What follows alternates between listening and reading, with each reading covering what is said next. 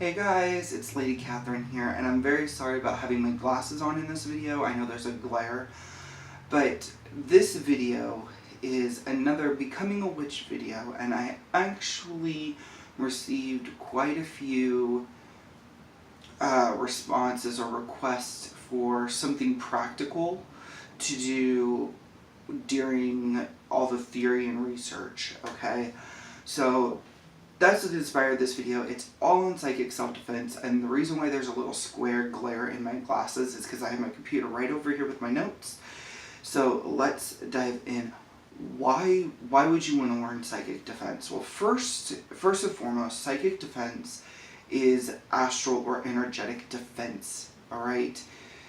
Why do we want to learn and practice it? Because as witches or as spiritual people, we're very sensitive to energies, and if someone wants to send negativity our way, we want to be able to stop or block or return it to sender, so to speak.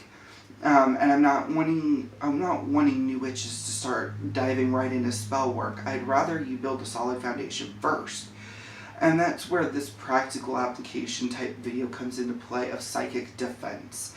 Alright, there are many things. In fact, I believe there's 2 pages worth of notes here. So let's dive into those, okay? First things first, when practicing something new, or even if you have become a seasoned practitioner at this point, it is always a good idea to be able to defend yourself both astrally and psychically. Almost everyone makes use of these auric defenses without even realizing it. Think back to the last time where you were having like a bad day, or you didn't really want to be bothered, and you probably felt like invisible spikes or maybe some kind of force field or bubble being put up around you that everybody just kind of stayed away from you. That is a form of psychic or auric or energetic defense, alright? And it is very basic and very an intuitive form of it. You don't know, you're not directing the energy or anything, consciously doing it, you're subconsciously doing it, you're intuitively doing it. Alright? So, everybody makes use of it whether they realize it or not. It is a very common phenomenon, alright? The most basic form of this defense that almost every book will talk about, every website that I've read so far will talk about when talking about psychic self-defense or psychic defense in general, is to creating a protective bubble or putting up like a force field around you, alright? To prevent unwanted energies and influences from getting into your auric and energy bodies, like the chakras and things like that, and wreaking havoc. Alright, so that's like the most basic form. So let me scroll down here just a second.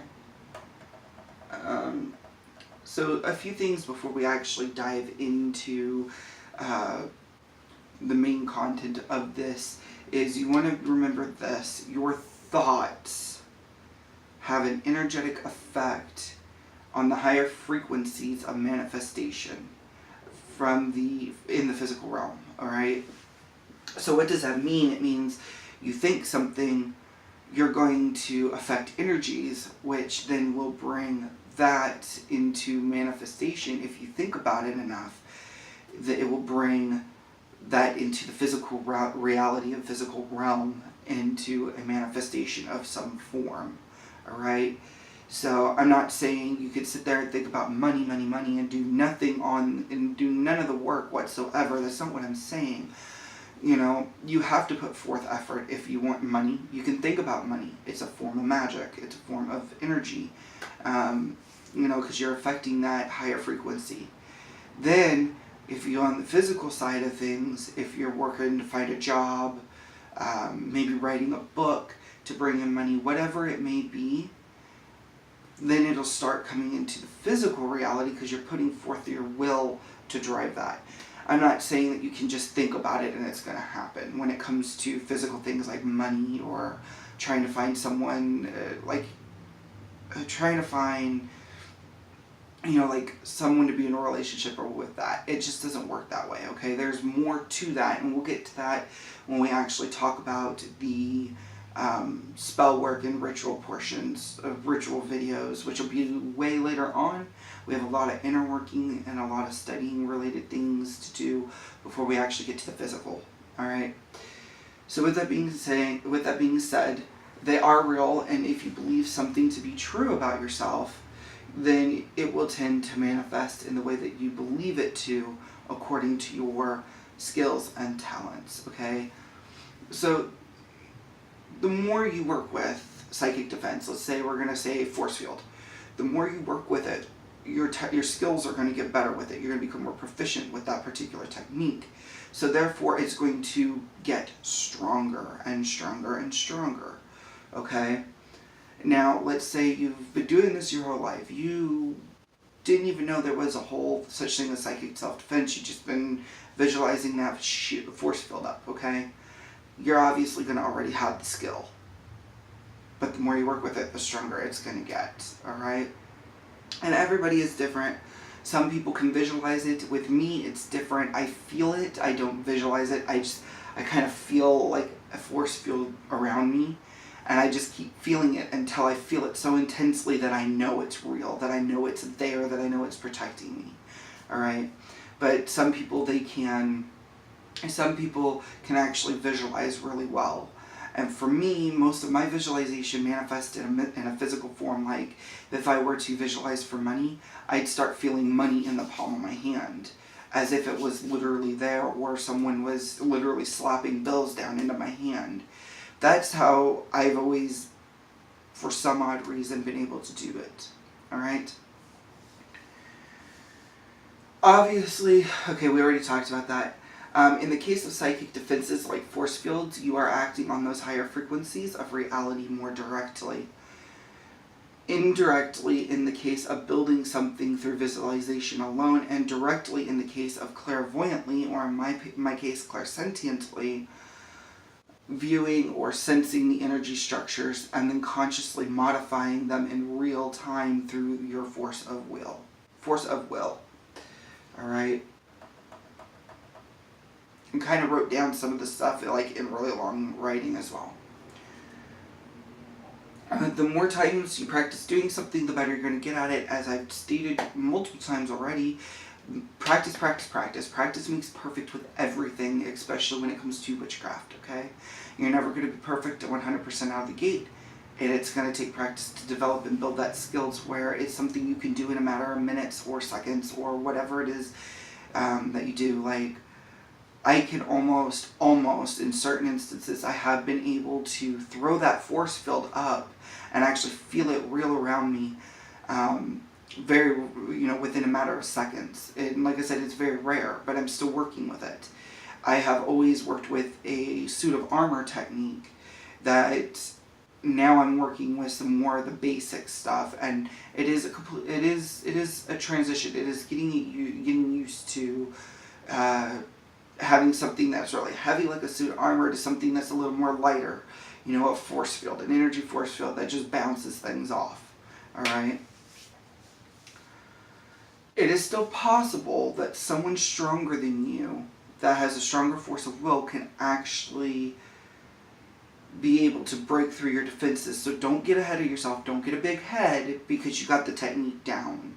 Okay? There's always going to be people who have either a better force of will, they're going to be better at the technique than you, they're going to have more experience, that they'll be able to break through those defenses. So don't get a big head, don't get upset, just keep practicing, and you will, you'll get there, alright?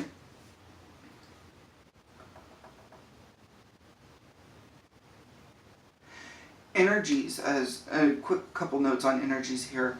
Energies of a particular quality tend to attract other energies of the same quality. This appears not only to me, but also to several people, like articles that I've read, the people who wrote those articles. It definitely tends to be true both on the astral plane and as well as in the physical world. So think of your group of friends, the ones that you really click with. You have energies, you have interest that attract them, that keep you guys together, right? Well, think of those interests as different types or different flavors of energy, if you will. Okay? And energy of one like here is going to attract energy of another like. Alright? Hopefully that makes sense. If you surround yourself with negativity, then it's very likely that you will attract even more of that same negativity to yourself. On the other side, if you surround yourself with more positivity than negativity, you're going to attract more positivity into your life. Alright? This may also include various negative energies, negative entities who wish to leech energy from you, and people or things that want to fight with you physically and astrally. Alright? There are instances where being positive and creating a personal force field are just not enough. Alright? To stop or dissuade somebody from trying to attack you and get into your energy field. Alright? Or harm you. When this happens, you may need to take an active role in your own personal safety. By this, we're talking about psychic combat, alright? Something I'm not going to encourage, but it's always good to have all the pieces of information to defending yourself. Okay? If it does become necessary, it is possible to apply your will and your energy in a more conscious way in order to engage in combat on the astral level, or even just psychically while in the physical body. Alright? And this is going to be like the end of the video. So now we're going to talk about psychic combat. And I'm just going to give you guys kind of a couple of different ways that you can utilize energy in order to help protect yourself when you need an active way to protect yourself, okay? Instead of a passive way, such as a force field or a shield, we're moving into actively protecting yourself, alright? So when you understand the basic concepts of energy usage and how to apply it to different things, here are a few techniques to use. Astral weapons. Essentially, you're going to take energy of the appropriate type. You're going to apply it into a form that you like. Whether it's, I'm going to use a sword for this, but let's say for example, you love ninja stars, okay? You love ninja stars. So take energy of the appropriate type, okay? And form it into ninja stars that you can energetically throw at whoever it is you're essentially going into combat to protect yourself with. Alright? But let me read you what I have written here. Essentially use energy of the appropriate type and then take that and use it to create a weapon by visualizing an astral or mental weapon image of your choice. Use an energy type according to its qualities and attributes for the best results with this. The next one is wiping off wounds. It's some of these techniques, I did not come up with these techniques. These are actually from an article that I read. So all credit goes to that person. You'll know exactly who you are if you watch this video. If you feel that something or someone is stuck on you, or stuck with you, with their energy that's like an intent to harm you. Imagine yourself wiping off the negative energies of their attack, strike, whatever you want to call it. Okay? Then imagine yourself wiping off the negative energies from it wherever you feel that they hit you in any way, shape, or form. So let's say, for example, I feel like I got psychically attacked and I feel like it's right here. I'm wiping off that energy, okay, from that attack. I'm just wiping it off and moving on. Alright? Doing so will remove the residual energies from their attack that might still cause some damage if your defenses happen to relax later, allowing those energies to finally get into your personal energy field.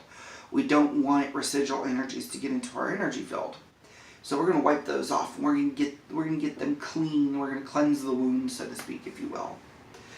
And the last one that I really liked, and I actually did not think about this myself, and I really am going to start doing this, is called defense systems, alright?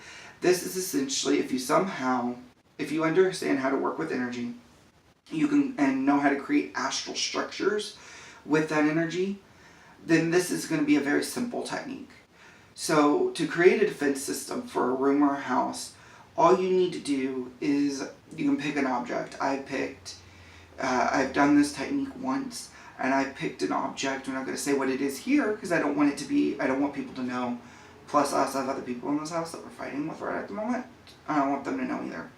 Anyway, so I picked an object that's very obscure, very hard to really pick out as kind of off the wall.